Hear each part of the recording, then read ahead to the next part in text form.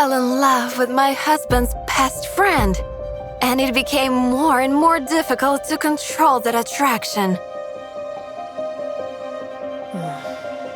That's why I asked Luke to stop inviting him over.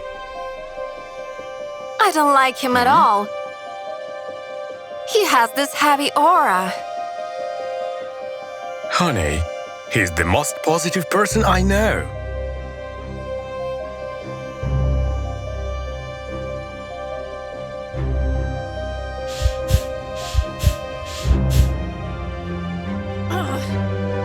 Whatever. Just don't bring him here anymore.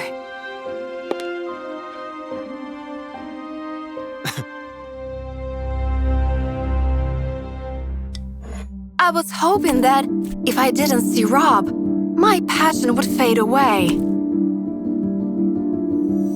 Yet he dashed all my hopes with one sentence.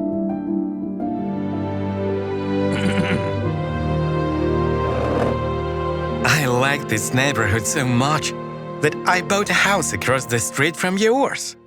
We're neighbors now. That was a real disaster. After all, I didn't know how much longer I could hide my feelings.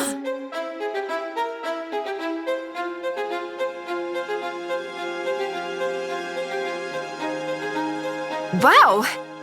And when? When are you moving? Next week. Soon we'll be seeing each other every day. I urgently had to kill my feelings for Rob. Because if I gave in to them, I would destroy not only my marriage, but also their friendship. Luke and I had been together since college. We were each other's first and only. However, our passion faded long ago, so much that we'd been living as friends ever since. Honey, you missed a few hairs here.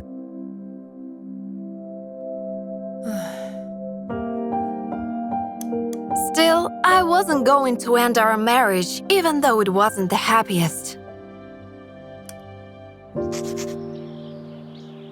Only my diary knew my innermost fantasies about Rob. After he moved in, they got hotter each day.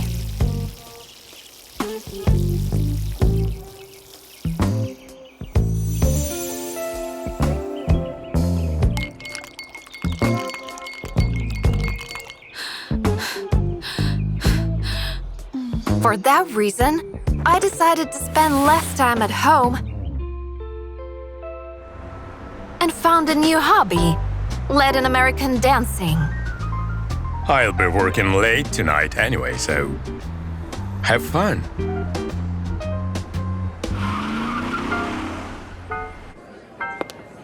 How surprised was I upon seeing Rob at my class.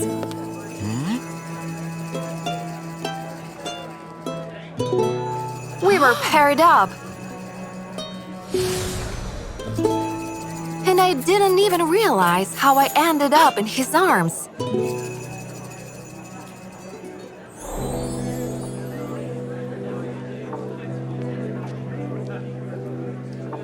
Oh my. His touch felt like an electric shock passing through my body.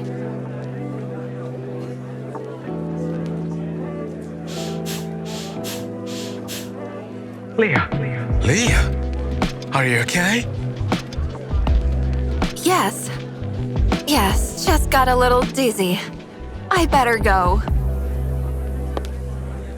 I wanted to go back into the room and tenderly kiss him.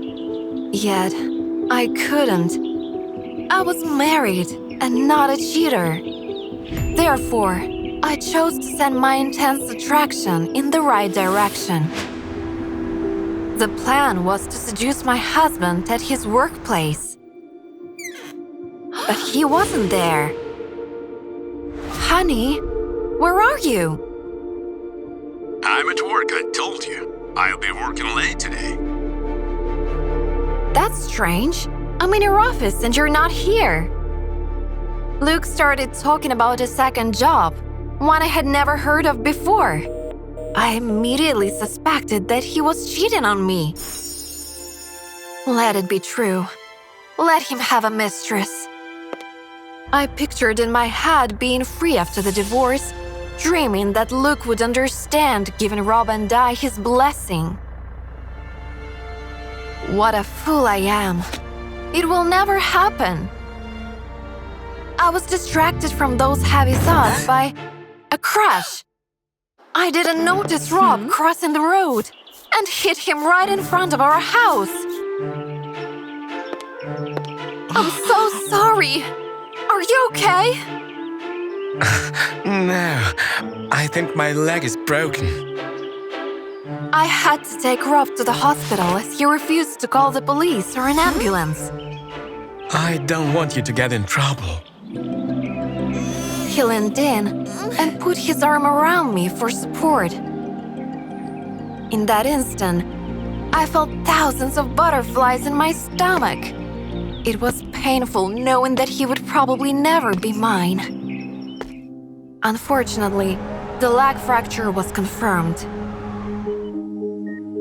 2 months in a plaster cast. Promise you'll visit me, because I'll be a little helpless on scratches. I couldn't say no because the injury was my fault. We were interrupted by Luke, who vowed to take care of his friend from that moment on. Go home. You need to rest. I can only imagine how nervous you've been. I didn't even bother him with questions about his second job. At home, I was ready to pour my feelings into my diary. While I was looking for a pen among Luke's things, I found a postcard, along with a diamond bracelet I'd been dreaming about for years. In a week, we were supposed to celebrate 15 years together. That's why he needed a second job, to surprise me with this insanely expensive gift. I immediately promised myself that I would forget Rob and fall in love with my husband again. The following week was the worst and the best of my life. I saw Rob every day. We touched and spent time together, just us. Then, I fearfully realized that he was also attracted to me.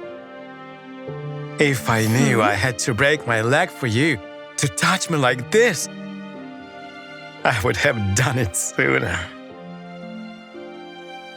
I hated myself because I felt like a traitor.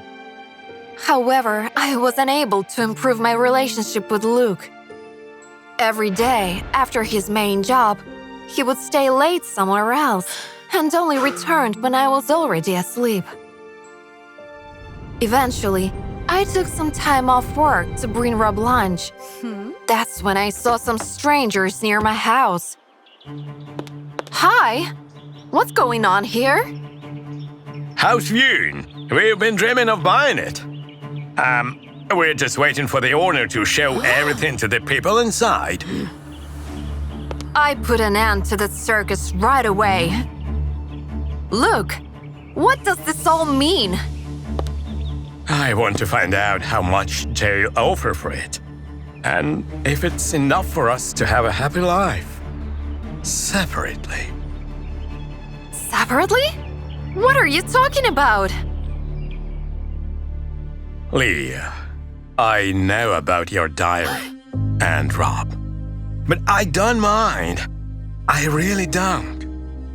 I haven't been happy in our marriage for a while either. Luke said that he had been longing for a secluded life somewhere in the mountains, far from the modern world. Every day after work, I meditate and it makes me happy. So, I've already bought tickets to the Himalayas. I live in a monastery. As it turned out, Luke saw a chance for all of us when he accidentally stumbled upon my diary. I know Rob has liked you for years. Did you tell him to throw himself in front of my car or something? No. What I did was give you two time together. Plus, I pitched him the idea of buying a house near us. That day we talked for several hours, openly and sincerely. Then, with light hearts, we let go of each other to start a new life. Happy anniversary.